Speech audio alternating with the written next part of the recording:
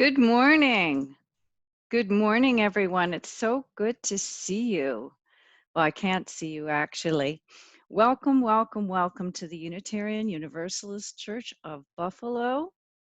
This is our virtual worship service, and it is great to be with you on this fantastic, fantastic day. Now, just a couple of Zoom notes. Oh, by the way, my name is Joan Montagnes, and the honor and privilege of serving you, this congregation, as minister. Also with me today is Charlene Montgomery, our worship associate for this morning. And you need to know that we can't see or hear you, and you can't see or hear each other, but you can see, and I can see Charlene, and you can see me. So this is how it's going to work today. You can, however, chat all the way through the worship service. Okay, so you can chat all the way through the service to each other, and you can, and which we encourage, and you can chat all the way through our virtual coffee hour afterwards. I want to extend special thanks to John Petroselli and Karen Streech and Bobby Withrow and all our music staff who every week enrich our Sunday service.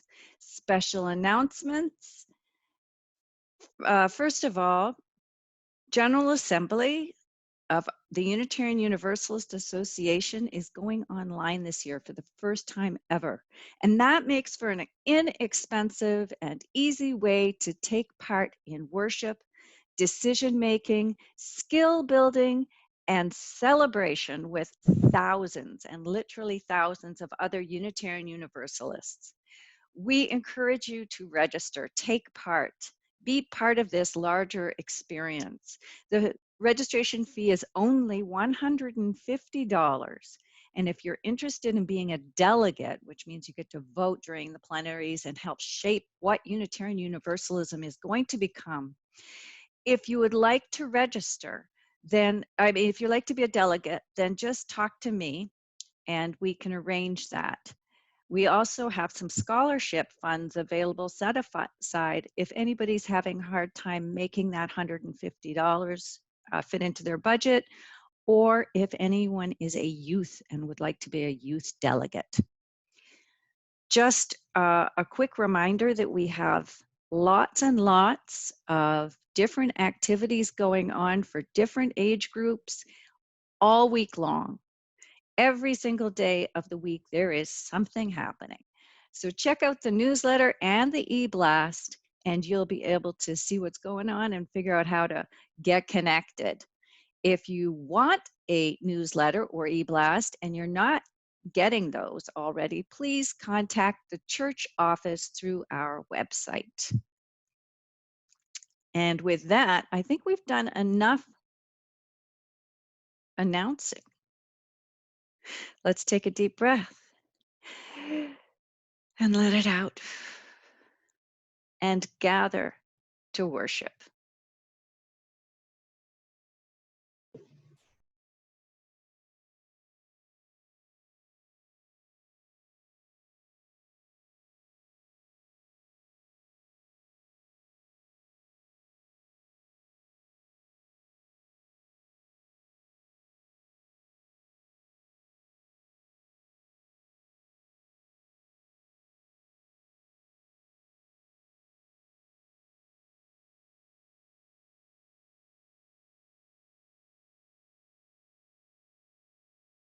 When we as Unitarian Universalists like to set apart a time, cross over a threshold from the mundane, the everyday, to the sacred and the holy. When we want to make a space holy, we light a chalice. So you might have a candle or a chalice that your family lights at this time to make it a little bit special. Let's join in our chalice lighting words together. We gather in loving community, inspiring one another to transform ourselves to create a more just and compassionate world. Now let's join in singing Spirit of Life. Spirit of life, come unto me. Sing in my heart all the stirrings of compassion. Glory, glory, rise in the sea. Move in the hand, giving life the shape of justice. Roots on me grows, wings set me free. Spirit of life, come to me, come to me. Spirit of life, come unto me. Sing in my heart all the stirrings of compassion. Blow in the wind, rise in the sea. Move in the hand, giving life the shape of justice.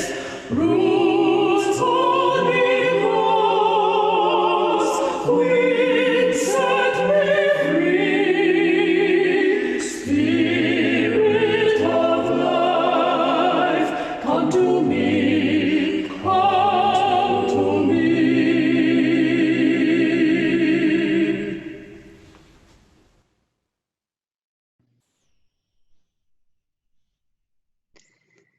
Once upon a time, there was an old house, and in that old house was a ghost. The ghost was very lost. It didn't know where it was. It didn't know how it got there, and it didn't know even who it was.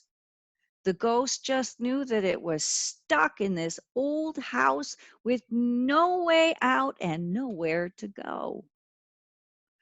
Then one day, the kitchen door slowly creaked open on its hinges, and in walked Ma and Pa Lilac with big bags of groceries. They set the groceries on the kitchen counter and looked around. My, said Ma Lilac, I remember those old yellow curtains. We made matching shirts out of the leftover fabric together. And the ghost remembered too. A little while later, Susan and Dora showed up with the kids. The kids began climbing the tree in the backyard while Susan and Dora and Ma and Pa Lilac started chopping up vegetables and getting the grill going. We used to climb that tree too, said Susan. Pa, do you remember when I climbed up to get the cat out from that long branch up at the top? Oh, yeah, said Pa. We had to pull out a ladder just to get both of you down. And they all laughed, and the ghost remembered the tree and the cat, too. George pulled into the drive and came in with folding chairs. Hi, guys, he said as he began setting the table for a crowd. He stopped and looked at some of the family photos that sat above the fireplace. Hey, look at this. Remember that? Remember when we all went fishing and all I caught was an old boot? And everyone laughed again. And the ghost remembered the boot and the fishing trip and the laughter. Sam arrived with potato salad. Jose brought a pie. Mr. Bumble brought tortilla chips. And salsa he'd made himself. And Aunt Bessie May brought lights to string along the fence. One by one, friends came into the old house. They spilled out onto the yard. They brought food and music and jokes they'd shared 100 times. But mostly, they brought memories. The kids ran around the yard. The teenagers made new memories. The grown-ups lazed back and spoke of, remember when? And the ghost remembered too. The ghost began to remember the old house, and it felt like home. And it remembered the flavors of the food, and they tasted comforting. And it remembered the stories, and they sounded like living life. And it remembered these people, their faces, their names, everything. And it all felt like love. And the ghost didn't feel lost anymore. It remembered where it was, how it got there, and mostly it remembered who it was. The ghost was no longer lost, no longer trapped in the old house, but free to pass through the front door, the windows, up the chimney, out to join the great spirit of the wind.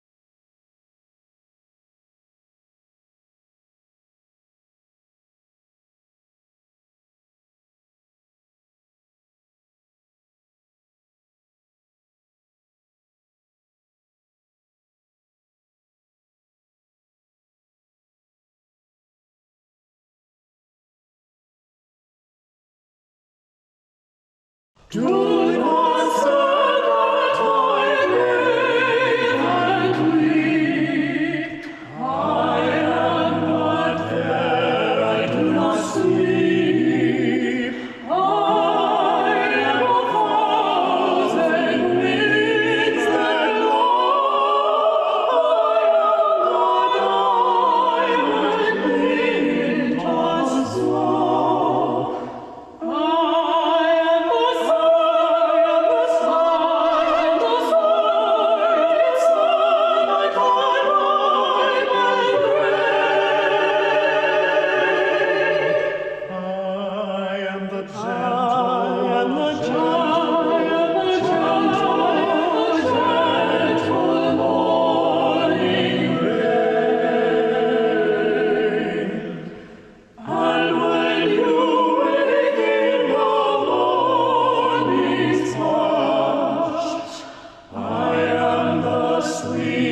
Uplifting rush of quiet birds in song.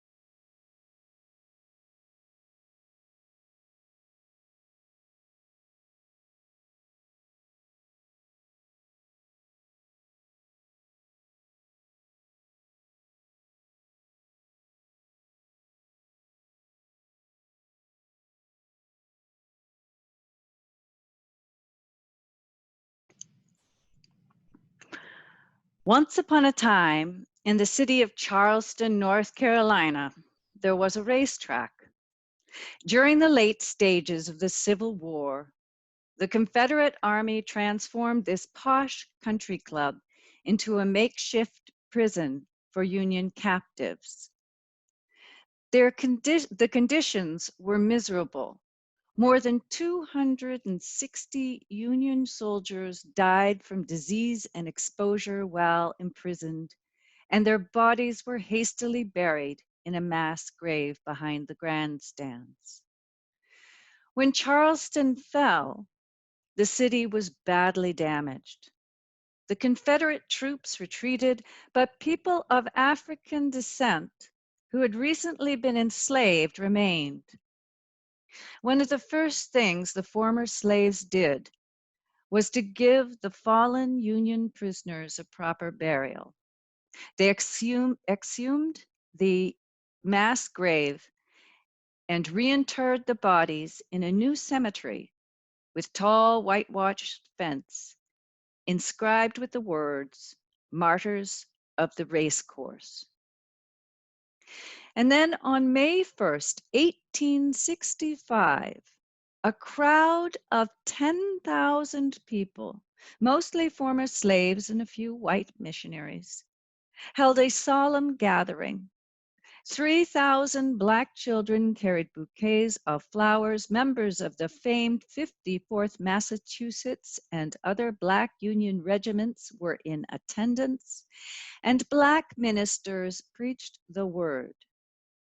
This 1865 African American led event at the Charleston racetrack is the earliest American Memorial Day commemoration on record, held 1 year before memorial events in other cities and 3 years before the official national observance. Once the war was over and Charleston was rebuilt in the 1880s, the city's white residents had little interest in remembering an event held by former slaves to celebrate the Union dead. In time, the old racetrack and country club were torn down. And thanks to a gift from a wealthy Northern patron, the Union soldiers' graves were moved from the white fenced graveyard in Charleston to the Beaufort National Cemetery, and the story of the event was completely, intentionally forgotten, hidden from memory, an unwelcome stray dog living deep under the porch. Finally, in 1996, historians unearthed the records of this first Memorial Day. And today we can remember together not only the dead of the race course, but also the souls who honored them. Memorial Day was perhaps born of necessity during and after the Civil War. How else does a community mourn 655,000 men, women, and children dead? Oh, at first, the South held their memorials, and the North had theirs, and the individual cities had their observances different from their neighbors. But the people needed to mourn. They needed to grieve. They needed to remember their ghosts together. Eventually, as years piled on years and wars piled on wars, the nation realized that Memorial Day could not be limited to remembering the dead of the 1860s, but all those in the military who gave their lives for the greater good. And month, this month, this month of remembering together is also a month of greening, bloomings and blossomings, of undeniable resurgence of life, dragging us out of our winter cocoons. No doubt, It is time to weed, mow, trim, and plant. A season of returning to the garden. I mean, you could just look outside. It's gorgeous out there. It's time to fill the pots in the balcony with bright geraniums, an afternoon in the springtime sun. Though Memorial Day was originally established to remember our war dead, it somehow is associated with a time to visit all our ancestors' graves. Bring flowers, cut the grass, clean the stone of another year of dust. Maybe it was because we were honoring Grandpa's death in World War I with a flag planted by the tombstone that we stopped to trim the rose bush on Grandma's grave as well. And Aunt Brenda was resting nearby with Uncle Ned and Cousin Tim. Might as well tend their plots while we're at it. Memorial Day became a time for families to gather and care for their dead. And since we're all together, well, why not share a meal and some stories, and in time with moves away from our hometown, away from the old family plots and deaths and strange cities? Why not skip the cemetery altogether and go straight to the barbecue where we can make new memories? Do you think, are the Civil War dead crying out in furious protest from wherever it is they are today, demanding that their memorial is theirs and theirs alone? Not for the dead of other wars, not for the dead who were saved from all combat but lived in peace? Do you think the war dead begrudge our remembering all the dead on Memorial Day? Or is there room today to remember all who lived for the greater good, even those who never saw the evil face of war?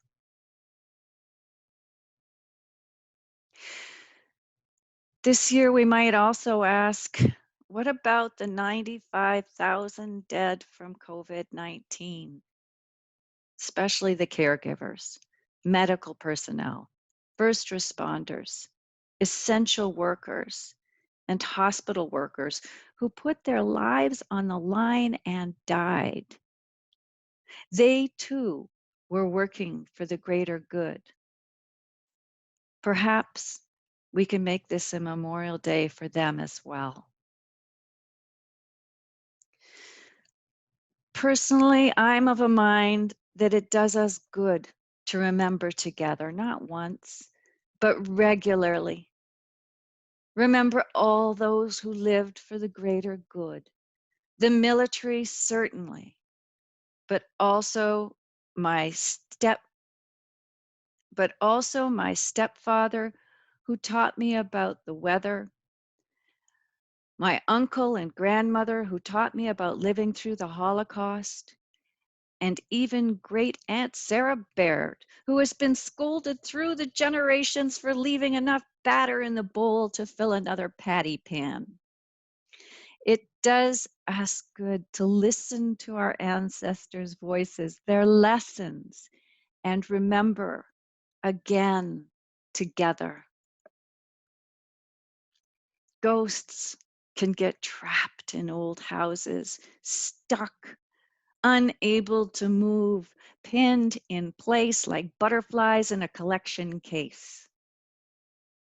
When we remember our blessed dead, when we remember together, we enter the threshold of the unknown. We enter the thin spaces between the worlds, surrendering to the mystery, the blessings that may await, and freeing the ghosts to join the greater spirit. Let us welcome the lost ghosts and the grief that comes like a homeless dog. Bring the lost stories to life. Invite grief to consider your house a house of memory, Imagine belonging to those memories and those memories belonging to you. Let's join our hearts and minds in a quiet moment of prayer, meditation, and reflection.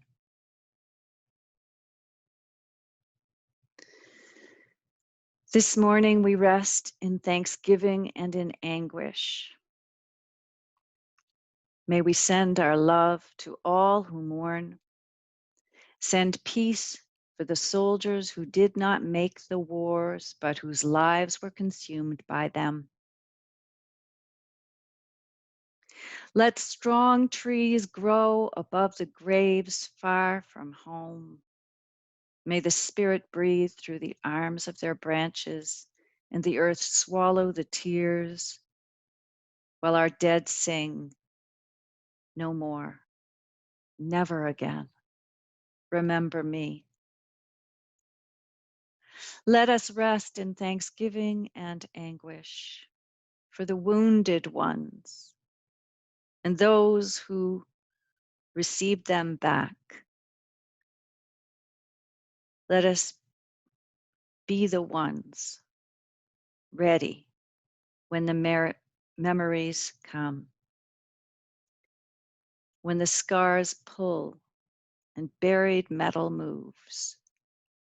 And in us, veterans in a forest of 1,000 fallen promises, let new leaves of protest give us courage to answer the cry of humanity's pain with our bare hands, our full hearts, and with all our intelligence.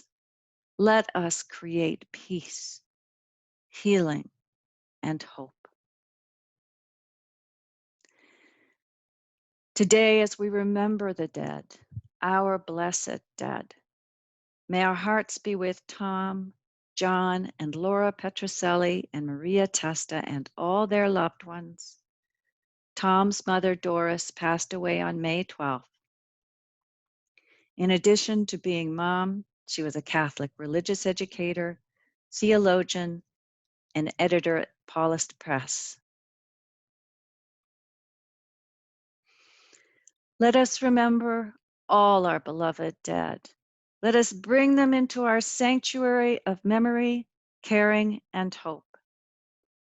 This year, we especially remember from our congregation the loss of Marianne Westley, Carl Granger, Geneva Arrington, Warren Moffett, Cal Diamond, Hans Reef, Kirk Baines, and Bob Cole.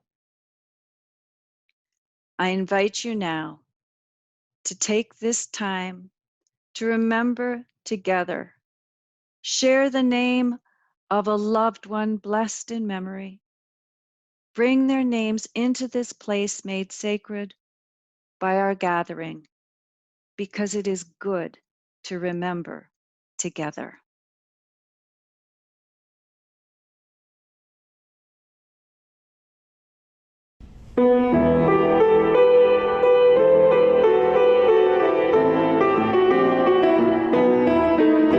So I reached out that's more, the morning star rises and sings to the universe who we are. For each child that's born, the morning star rises and sings to the universe who we are. We are our grandmother's prayers, and we are our grandfather's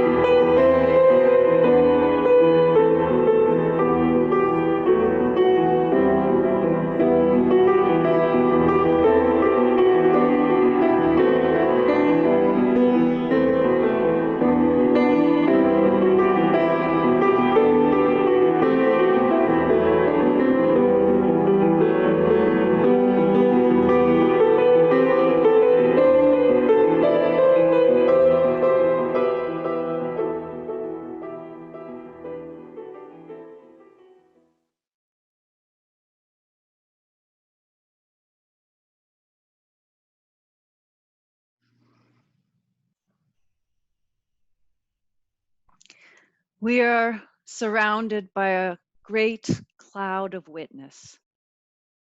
Humbly we prevail in the face of death. Confidently we are fulfilled by life. Our strength is the strength of many. Indeed, it is the strength of the great family of all things, for we are connected. We're connected each to all and to the transformative power of love. Let us be confident and trusting that a human life is full of meaning and purpose. First, a human life is sacred. It is sacred in its being born, it is sacred in its living, and it is sacred in its dying. So be it, blessed be, and let the church say, Amen.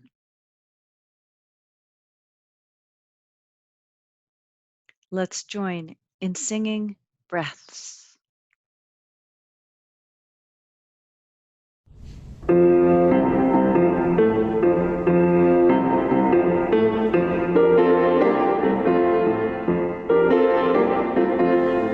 Listen more often to things than to beings.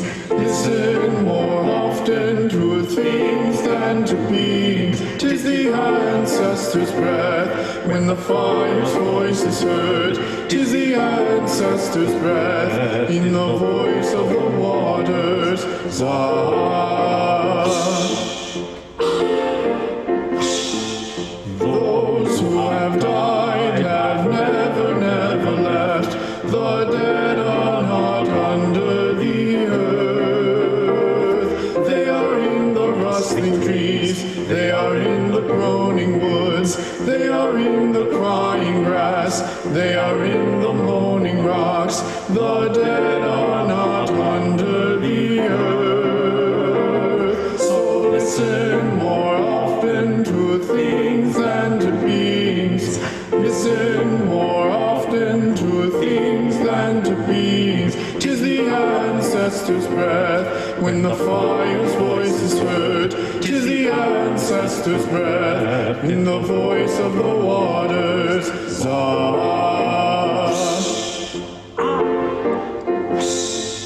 Those who have died have never, never left. The dead have a pact with the living. They are in the woman's breast. They are in the wailing child. They are in us in our homes. They are with us in this crowd. The dead have a pact with the living. So listen more often to things than to beings. Listen more often to things than to beings. 'Tis the ancestors' breath when the fire's voice is heard. 'Tis the ancestors' breath in the voice of the waters. Zah. Zah. Zah.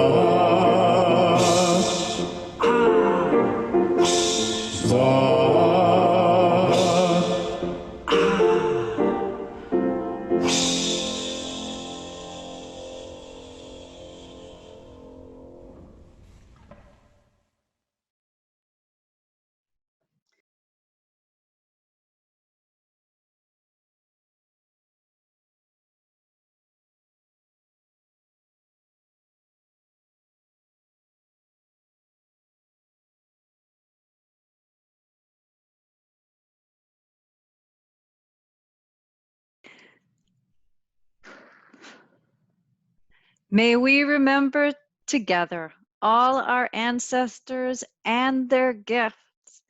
May we remember that every day of our lives we pave the way for our children and their children. May we live every day for peace and for the better good. Remember you are blessed. Remember you are a blessing. And above all else, remember, you are not alone. You are never alone. So be it. Blessed be. And let the church say, Amen.